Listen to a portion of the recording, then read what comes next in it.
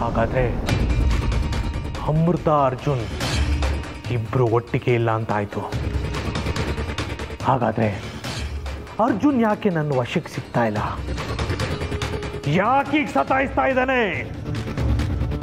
ಇವಳು ನೋಡಿದ್ರೆ ಅರಣ್ಯಕ್ಕೆ ಹೋಗಿದ್ದಾಳೆ.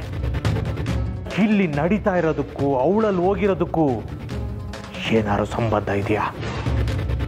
ಅರ್ಜುನ್ ಏನಾದರೂ ಅಪಾಯದಲ್ಲಿದ್ದಾನ? ಅವನಿಗೇನಾದರೂ ಆಗಿರ್ಬೋದಾ?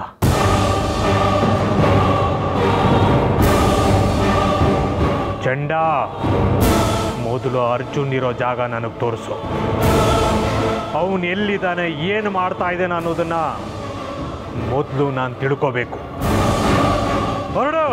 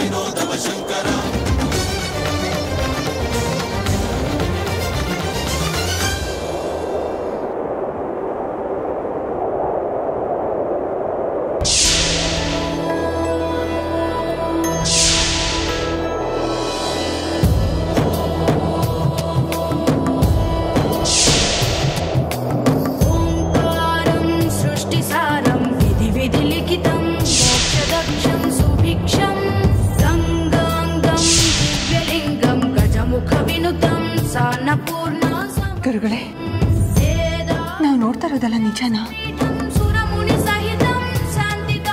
ನನ್ನ ಕಣ್ಣುಗಳನ್ನ ನನಗೆ ನಂಬೋದಕ್ಕಾಗ್ತಿಲ್ಲ.